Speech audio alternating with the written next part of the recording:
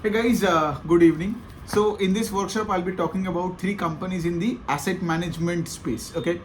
तो HDFC AMC, Nippon AMC और तीसरा है आपका आदित्य बिरला सन लाइफ AMC. ठीक है, ये तीनों को कवर करते हैं. इनका रिजल्ट और मैनेजमेंट कॉन कॉल में क्या क्या बोला, इससे पहले इट्स इंपॉर्टेंट टू नो कि लाइक AMC कंपनीज कैसे पैसे बनाती है. ठीक है, तो सोचिए आज HDFC के पास एक म्यूचुअल फंड है जहाँ पे उनके पास बहुत पैसा है ना. सो अभी ये जो पूरा फंड पड़ा है HDFC के पास, अब ये फंड को मैनेज करने के लिए HDFC को किसी एक पर्टिकुलर टीम को रखना पड़ेगा, है ना. उस टीम का मतलब से अ टीम ऑफ प्रोफेशनल्स जिनको इक्विटी रिसर्च आता है, जिनका फाइनेंस का बैकग्राउंड है, कोई CA है, कोई ये है, A है, B है. लेकिन इनको क्या करना पड़ेगा, इस फंड को तो मैनेज करना पड़ेगा, बिकॉज कोई भी आज बड़ा फंड हो, ठीक है. अब उस फंड को आप देखोगे कि फंड को कहाँ पे पैसा डालना है, कहाँ पे इक्विटी में कब डालना है, कितना डेट में डालना है, लिक्विड फंड्स में डालनी है, करेक्ट. फिर आपका ऑल्टरनेट एसेट्स हो गया, लैंड, गोल्ड, राइट. तो ऐसे करके आप देखोगे कि लाइक ये जो फंड मैनेजर्स का ग्रुप है, यही मिल के बनाते हैं एक एसेट मैनेजमेंट कंपनी. तो अगर आपको पूछा जाएगा कि एसेट मैनेजमेंट कंपनीज क्या है, asset management companies is nothing but a group of people who are managing a big fund. ठीक है, इस तरह से सोचो. और who are managing a lot of small funds, big fund, however way you look at it. ठीक है, so if you are asked के like does asset management companies own those funds, नहीं, वो किसी और का फंड्स को मैनेज कर रहे हैं. ठीक है, and since you are managing this funds, मतलब क्या है, मतलब आपका जो बिजनेस मॉडल है that is run on what, that is run on the fees and the commissions that you get from managing those funds. Correct. अब logically बताइए, अब जितना फंड का साइज बढ़ता रहेगा उतना एसेट मैनेजमेंट कंपनीज का जो फंड मैनेजर्स है उनका और भी इनकम होगा, बिजनेस और भी बेटर होगा. लेकिन सोचिए, अगर से फॉर एग्जांपल के जो फंड है वो ग्रो नहीं कर रहा है या डी ग्रोथ कर रहा है, या से फॉर एग्जांपल उस फंड में जो एग्जिस्टिंग इन्वेस्टर्स है वो रिडीम करके निकल रहा है, तो क्या होगा, फंड का साइज छोटा होगा. तो AMC एसेट मैनेजमेंट कंपनीज का जो जो जो जो अर्निंग्स है उसका भी घाटा हो जाएगा. करेक्ट. सो इसका क्या मतलब है, जो मैं बोलने का यहां से कोशिश कर रहा हूं कि AMC is a cyclical businesses. मतलब क्या, जब आप देखोगे बुल मार्केट चल रहा है, ठीक है, तब ज्यादा से ज्यादा पैसा बाजार में आ रहा है, तो हर फंड्स का भी साइज बढ़ने लगता है. और जितना आपका साइज बढ़ेगा उतना फंड मैनेजर्स को भी ज्यादा कमीशन मिलेगा, है ना. और अगर देखोगे आप इक्विटी और डेट और लिक्विड फंड अगर आप देखोगे, if you are managing equity, so the fund managers who are managing equity make more money than the fund managers who are managing debt. Got it? Because equity में आप सोचो ना, कितना सारा रिस्क है, कितना मेहनत करना पड़ता है, बिजनेस ट्रैक करो, ये करो, वो करो. डेट सिक्योरिटीज में उतना तो कुछ करना होता नहीं है, right. So they are like more like passive funds. अब अगर मैं बात करूं कि अभी जो रिजल्ट आ रहे हैं तो वो तो FY23 का नंबर्स रिफ्लेक्ट कर रहा है. Got it. Q3 का नंबर का अगर मैं बात करूं तो अब सबको पता है कि लाइक मतलब 2023 में आज सारे म्यूचुअल फंड्स और स्टॉक मार्केट बहुत अच्छा किया था, तो इसीलिए AMC कंपनीज का भी रिजल्ट बहुत अच्छा आया. तो अगर मैं आपको ये बात करूं कि ये जो AMC कंपनीज है ना, पिछला जो दो बेयर मार्केट था FY18-19 और फिर अब देखोगे 2022 के साल में भी जब मार्केट नहीं बढ़ा था, तो ये कंपनीज अपने सेल्स को ग्रो नहीं कर रहा था. इनका सेल्स का ग्रोथ तभी आता है जब लेट से इनका AUM का ग्रोथ आता है. AUM मतलब the total funds that they manage, है ना. सो बेसिकली क्या है, 2023 के ईयर में आपने देखा होगा कि लाइक आज SIP रजिस्ट्रेशन बढ़ गया भाई 30% YOY.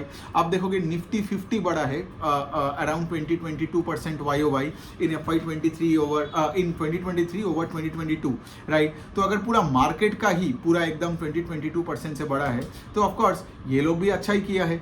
तो अगर मैं बात करूँ आज HDFC AMC का, तो उन्होंने भी अपना सेल्स को 18-19% से बढ़ाया और उनका जो एसेट अंडर मैनेजमेंट है, राइट, तो वो भी बढ़ा है कुछ 22-23% के आसपास, at par with the industry. Got it. दूसरे साइड में अगर आप देखोगे, निपॉन इन तीनों में सबसे बेस्ट है. क्यों? बिकॉज निपॉन इज करेंटली, अभी का ही बात करूंगा ना, आगे जाके पता नहीं और कोई कंपनी हो सकता है.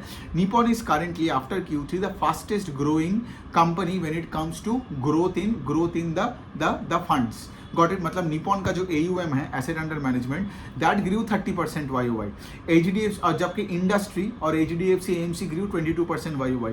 और इन तीनों में सबसे बुरा है आपका आदित्य बिरला सन लाइफ, जिनका AUM ग्रो किया आई थिंक 11 से 13% के बीच में. तो अगर इंडस्ट्री ग्रो कर रहा है 20% से and you are growing anything less than that means आप मार्केट शेयर गवा रहे हो, मतलब आपका कस्टमर बेस आपके साथ नहीं रह रहे, दूसरे फंड्स में जा रहे हैं. तो अगर आप चलो मैं मिलकर ही बात करता हूँ तो आप थोड़ा और भी कनेक्ट कर पाओगे.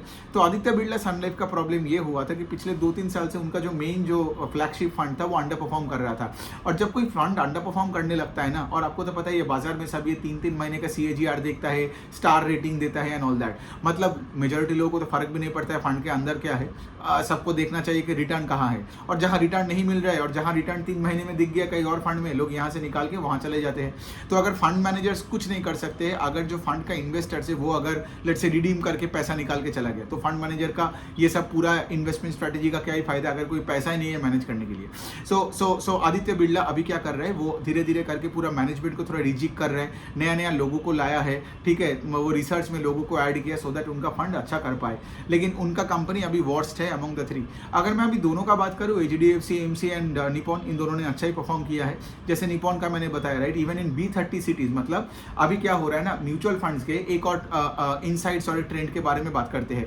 तो सेबी ने क्या किया, सेबी ने यही बात बताए कि अगर एक फंड का साइज बहुत बढ़ जाता है ना, सो इंक्रीमेंटल जो पैसा आएगा उस फंड में और एग्जिस्टिंग जो पैसा है उसमें फंड मैनेजर जो AMC कंपनीज का जो मेन सोर्स ऑफ इनकम है राइट, मतलब वो है कि फीस एंड कमीशन, तो they will have to charge a lower yield on those funds.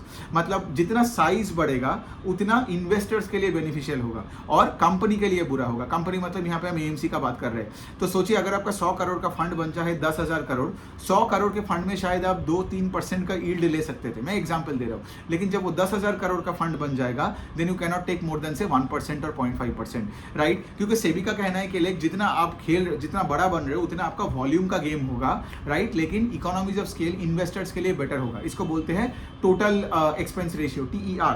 So the TER for the expense ratio for the investors go down, और on the other hand asset management companies का खर्चा बढ़ेगा। सो बहुत लोगों ने ये भी पूछा कॉन कॉल्स में कि लाइक क्या आप इसके लिए फंड्स को नहीं बढ़ाओगे, लेकिन कंपनीज का कहना है कि अक्रॉस द बोर्ड के लाइक, मतलब ये जो 3 कंपनी का कॉन कॉल में तीनों ने यही बताया कि लाइक कि अगर आप देखोगे कि हमें वॉल्यूम ग्रोथ ही चाहिए, बिकॉज अगर हम वॉल्यूम ग्रोथ करेंगे तो वॉल्यूम ग्रोथ से हमारा मार्जिन टिका रहेगा। प्लस आपको तो पता है ये लोग NFOs लॉन्च करते हैं, दूसरे तीसरे बहुत सारे टाइप का इनका तो फंड्स निकलते ही रहते हैं। Got it. So what I am actually trying to say is के लाइक कि ये इन्वेस्टर कम्युनिटी के लिए भी अच्छा है, और दूसरे साइड में अगर आप देखोगे आज भी इंडिया में म्यूचुअल फंड पेनिट्रेशन क्या ही है when you compare it to the other countries, right, Japan, Korea, US कुछ भी देख लो तो उसके अनुसार कुछ नहीं है हमारा। सो अभी मेन गेम कहाँ हो रहा है, मेन गेम यहाँ हो रहा है कि लाइक सब म्यूचुअल फंड मतलब यहाँ पे हम AMC कंपनीज का बात कर रहे हैं, इन सबको चाहिए स्मॉल टिकट रिटेल का पैसा SIP के तौर पे, क्योंकि अगर आप SIP किए जा रहे हो ना हर महीने मंथ टू मंथ, तो आप सडनली आपका SIP बंद नहीं करते हो बाजार को गिरते हुए देखते हुए। लेकिन से फॉर एग्जांपल आपने एक लमसम पैसा डाल दिया, ठीक है, और फिर बाजार गिर गया, then you might think like अरे मेरा पैसा डूब रहा है, चलो निकाल लो, which is detrimental may be for your long term journey, और से फॉर एग्जांपल आपका ये जो ये AMC कंपनी उनके लिए भी बुरा है, क्योंकि जितना AUM घटेगा उनका भी उतना ही फीस घट जाएगा, और of course profitability metrics effect होगा, मार्जिन इफेक्ट होगा। So all that I am trying to say इसके लाइक ऑफ कोर्स अगर आप इस स्पेस को अगर ध्यान से देखोगे राइट, तो यहाँ पे इन्वेस्टर एजुकेशन जरूरत है। इवन जो फंड्स चलाने वाले हैं उनको भी और भी पढ़ाई लिखाई करना पड़ेगा, है ना, तब जाके क्या होता है ना कि लाइक आपके इन्वेस्टर आपके साथ रहेगा, वरना क्या है आपका फंड 2 क्वार्टर बुरा परफॉर्म किया, इन्वेस्टर यहाँ से पैसा निकाल के वहां से कहीं और, तो लोग ऐसे घूमते रहते हैं, ठीक है। लेकिन इसको रोकने के लिए ये लोगों ने क्या किया, AMC कंपनीज ने वही सबको, इसीलिए आप देखोगे ना कि इतने सारे म्यूचुअल फंड सही है का जो एड वगैरह चलाते हैं तो ये लोग ही चलाते हैं ना, तो ये लोग हमेशा बोलते हैं कि SIP करो, because SIP money sticky, got it, SIP money sticky, जो कि से फॉर एग्जांपल आज आप देखोगे लमसम उतना स्टिकी नहीं है। और थोड़ा सा कुछ बात कर लेते हैं कंपनीज के बारे में, और अगर कुछ कॉन कॉल में मिस किया हो तो ऐसा कुछ है नहीं, और यही वाला सीन है। लेकिन आपको एक चीज़ बार बार मैं बोल रहा हूँ कि दिमाग में रखना है कि अभी तो पेस ऑफ ग्रोथ बढ़ गया है, बिकॉज अभी दिख रहा है, because 2023 was a very good raising bull market type था। लेकिन अगर 2024 में लेट्स से फॉर एग्जाम्पल बाजार कहीं जाता नहीं है, स्पेशली लास्ट के 3-4 दिन के बाद, तो मुझे लगता है कि लाइक आगे क्या होगा God knows, but of course I might just be extrapolating the current situation, वो तो मेरा नेगेटिव बायस हो सकता है। बट सोचिए अगर FY24 में से अगर मार्केट पूरा नीचे डाउन रहता है ना, तो क्या होगा, ये जो फंड्स में जो पैसा जा रहा था उस फंड्स का फ्लो का रेट घट जाएगा, गॉट इट, फंड्स में पैसा आने लगेगा। लेकिन सोचिए पहले अगर 20% से ग्रो कर रहा था वो फंड, आगे जाके लेट से वो फंड 10% से ग्रो करेगा, तो इससे क्या होगा कि क्योंकि स्टॉक मार्केट में आप देखोगे स्टॉक ऊपर जाता है जब बिजनेस का पेस ऑफ ग्रोथ हाई होता है। Pace of growth is critical, not growth, ठीक है, क्योंकि अगर 10% का ग्रो करने वाला, क्योंकि पहले आप देखोगे 2022 में ये कंपनीज का, जैसे निपॉन का कोई ग्रोथ ही नहीं था, ठीक ठीक है। निपॉन का कोई ग्रोथ ही नहीं था, वो क्या करता था, जो भी प्रॉफिट आता था दे देता था, ठीक है, पूरा 100% डिविडेंड पे आउट। लेकिन फिर क्या हुआ, निपॉन का एयूएम का 30% ग्रोथ क्यों हुआ? अब तो ऑफकोर्स दो रीजन की वजह से ग्रोथ होता है। एक तो आप देखने के लिए ग्रोथ आता है बिकॉज एग्जिस्टिंग जो पोर्टफोलियो है उसका वैल्यू बढ़ गया, that is value growth, right. दूसरे साइड से जो ग्रोथ आता है वो है कि जब आप डिस्ट्रीब्यूशन को बढ़ाओगे और नया नया कस्टमर्स को ऐड करोगे, गॉट इट। लेकिन अगर आप देखोगे ये लास्ट ईयर में majority part of the growth आया है बिकॉज द एग्जिस्टिंग पोर्टफोलियो जो मैनेज कर रहे थे निपॉन और एचडीएफसी वाले, इनका ये पोर्टफोलियो का वैल्यू बढ़ गया है, ठीक है। और उसके साथ साथ ऑफकोर्स 6-7-8% का पकड़ लो जो ग्रोथ हुआ है because of adding new customers to the base. तो यही आपको देखना है बिकॉज आगे जाके अगर लेट से मार्केट ऊपर जाना बंद कर देता है तो क्या होगा ना, ये जो इनका जो पोर्टफोलियो बढ़ रहा था, इनका ये ग्रोथ नहीं होगा, पोर्टफोलियो का वैल्यू और नहीं बढ़ेगा। और एक और पॉइंट है जो मैं बोलना चाहता हूँ यहाँ पे, सोचिए दो फंड्स है, ठीक है, मतलब ये भी एक इनसाइट टाइप का ही ले लो। एक फंड, मतलब सोचिए दो फंड हाउसेज है, ठीक है। एक एएमसी है जो लेट से 1000 करोड़ मैनेज कर रहा है और दूसरा एएमसी है जो लेट से 100 करोड़ मैनेज कर रहा है, ठीक है। तो सोचिए अगर दोनों का एक ही सेट ऑफ स्टॉक्स है, लेट से दोनों के पास निफ्टी 50 का ही पूरा स्टॉक से सेम वेट का, एकदम सिंपल एंगल से सोचो। अब सोचिए जब निफ्टी लेट से अगले साल 50% लेट से अगर बढ़ता है, ठीक है, तो 1000 करोड़ कितना बनता है 1500 करोड़, 1500 करोड़, करेक्ट। मतलब बड़ा था ना फंड का साइज, तो और बड़ा बन गया फंड। अभी एयूएम कितना हुआ 1500 करोड़ एंड लेट्स टेक के लिए कोई नया कस्टमर नहीं आया, कोई गया नहीं, एकदम सिंपल तरीके से सोचो। दूसरे साइड में ये जो 100 करोड़ का था, इसका भी 50% का ग्रोथ हुआ, लेकिन ग्रो होके कितना हुआ 150 करोड़, 150 करोड़ हुआ, लेकिन वो कितना बन गया 100, मतलब वो बन गया 1500 करोड़। तो जितना बड़ा आपका फंड होगा ना, उसका उतना थोड़ा एडवांटेज मिलेगा जब ओवरऑल मार्केट बढ़ता है, because you hold more securities and more into volume.